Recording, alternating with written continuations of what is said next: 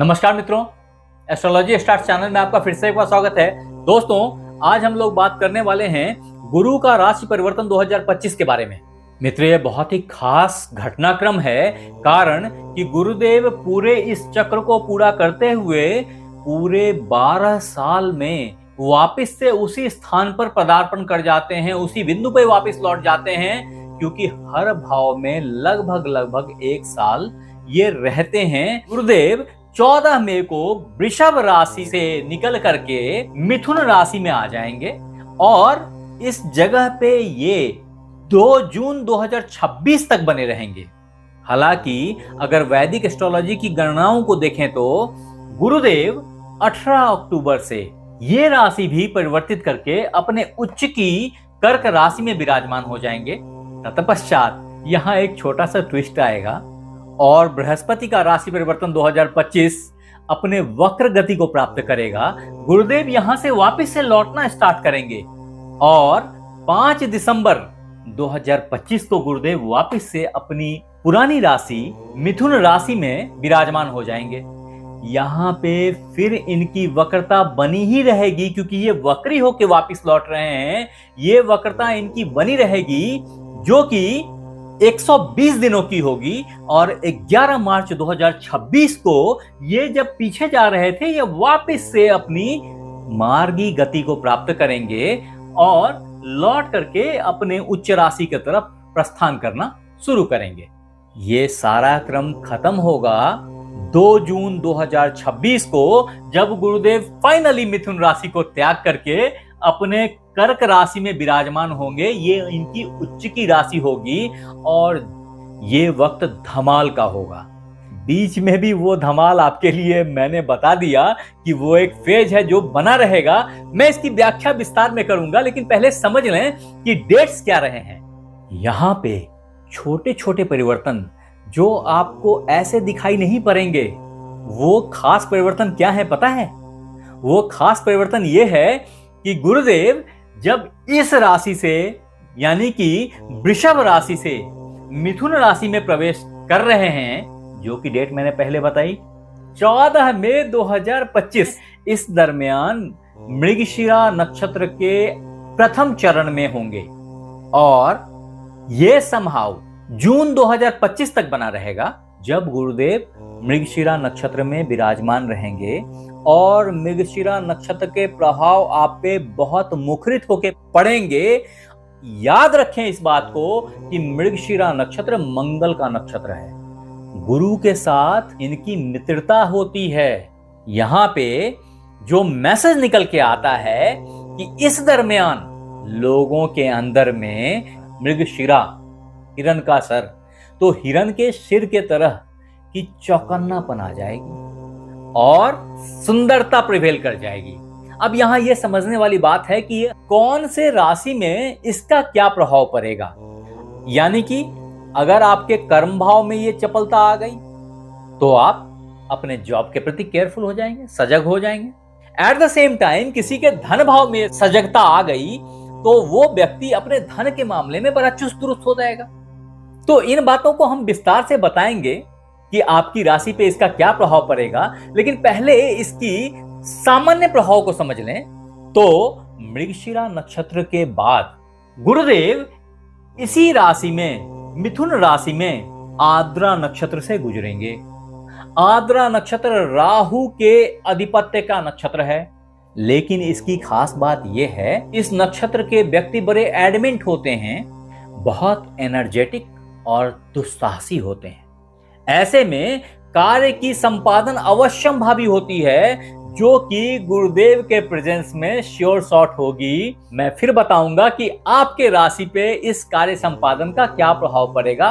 तदोपरांत गुरुदेव मिथुन राशि के आखिरी नक्षत्र चरण पुनर्वसु में पदार्पण ले लेंगे, जो कि गुरुदेव की खुद की राशि है। वास्तव में पुनर्वसु का कुछ पोर्शन यहां कर्क में भी गिरता है, कुछ पोर्शन मिथुन में गिरेगा। तो जब गुरुदेव यहां से संचरण करना स्टार्ट करेंगे, तो जैसा कि मैंने आपको पहले बताया कि गुरुदेव 18 अक्टूबर 2025 को मिथुन राशि से परिवर्तन करके कर्क राशि में विराजमान हो जाएंगे, फिर भी ये पुनर्वसु चलता ही रहेगा और ये पुनर्वसु में बहुत दूर तक नहीं गुजरेंगे कि वहां से इनकी रिट्रोग्रेशन लग जाएगी, वक्री हो जाएंगे और वापस से अपने पुराने राशि मिथुन राशि की तरफ अग्रसर हो जाएंगे। यहां समझने वाली बात यह है कि पुनर्वसु के नक्षत्र लॉर्ड गुरुदेव खुद हैं, जो नक्षत्र अपने वाइज सोच, वैचारिक क्षमता, धर्म, ज्ञान, इन सब चीजों के लिए जाना जाता है। इसमें आपकी प्रवृत्ति कर देगा। लेकिन ये तो हुई नक्षत्रों की बात। वास्तविकता में गुरुदेव कारक किन किन चीजों के हैं आपको पता है क्या? कि गुरुदेव गुरुत्व, उच्च शिक्षा, ज्ञान, उच्च विचार, लीडरशिप, धर्म, भाग्य, विदेश भ्रमण, बैंक बैलेंस, सोना, विवाह और पुत्र के कारक होते हैं। तो ये आपको हमेशा ही प्रदान करेंगे। वास्तव में गुरु का ये ट्रांजिट जो है ना, ये इन सारी चीजों को देने वाला होगा। अब प्रश्न है कि किसको कितनी मात्रा में इन चीजों की प्राप्ति होगी। तो कुछ लोग बोलेंगे कि यार मुझे तो बहुत मिल गया, कुछ लोग बोलेंगे अरे अभी तक तो कुछ भी मिला नहीं।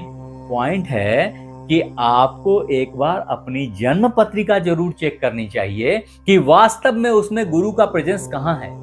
अगर गुरु आपके कारक ग्रहों में से हैं और शुभ स्थान में बैठे हैं, अच्छे जगह पे बैठे हैं, शुभ भाव में बैठे हैं, तो इन चीजों की प्राप्ति अवश्यंभावी है।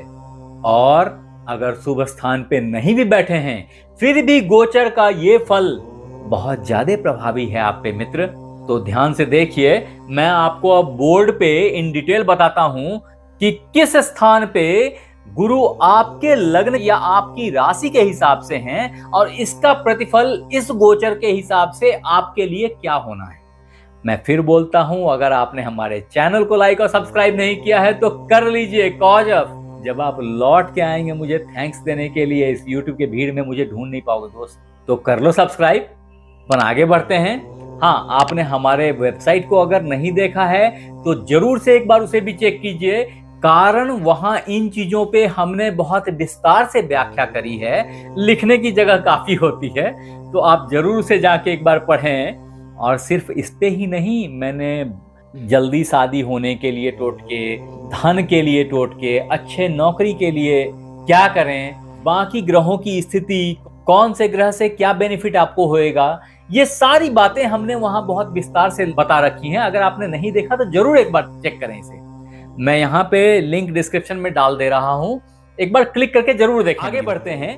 अब मित्र, अगर आपके राशि कर्क राशि के ऊपर गुरु का राशि परिवर्तन 2025 की विस्तार में व्याख्या करूं तो समझें कि आपके राशि से 11वें भाव में वृषभ राशि पड़ती है, जहां की गुरुदेव अभी विद्यमान है। मैंने अभी ही बताया आपको कि अभी गुरुदेव वृषभ से निकल करके मिथुन में पदार्पण करेंगे और ऐसी हालत में आपका द्वादश भाव एक्टिवेट हो जाएगा। ऐसे में द्वादश भाव के एक्टिवेट होने से आपके ऊपर में थोड़ी सी हेल्थ इश्यूज जनरेट हो सकती है। आप कर्ज से सावधान रहें, एक्सपेंडिचर्स को केयरफुली मैनेज करें, ये मेरी एडवाइस है आपसे। और अपनी दैनिक दिनचर्या को थोड़ा और स्मार्टली हैंडल करें। अब आप बोलेंगे कि मैं आपको खराब खराब बोल रहा हूं, ऐसा नहीं है। कायदे से जब ये मृगशिरा नक्षत्र एक्टिवेट हो गया, जो कि 10 अप्रैल 2025 से ही एक्टिवेट हो गया, तो ऐसे में आपके लाभ के चौकन्नापन बढ़ गए, आप लाभ के प्रति सजग हो गए। यहां के बाद गुरुदेव के यहां आने से आपकी फैट में कमी देखी जाएगी और स्मार्टनेस बढ़ेगी, पेट अंदर चले जाएंगे और फिजिकल स्मार्टनेस ज्यादा अच्छी दिखेगी, शारीरिक क्षमता ज्यादा सुंदर दिखेंगे, आप ज्यादा अच्छे दिखेंगे। लेकिन ऐसे में बीमारियों का संशय भी है। हालांकि धर्म कर्म में खर्चा आपकी दिखाई पड़ रही है।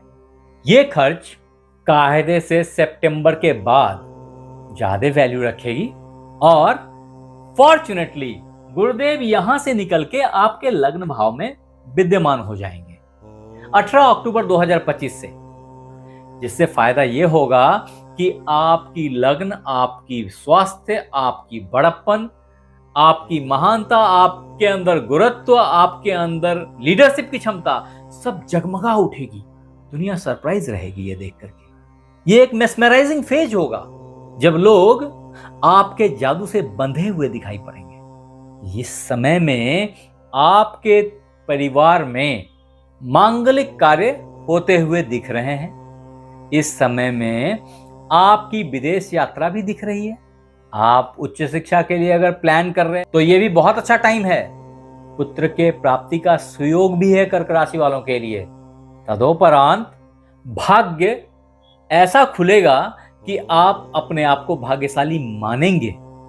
पिता, गुरु, बॉस ये सब आपके पक्ष में फैसला देंगे।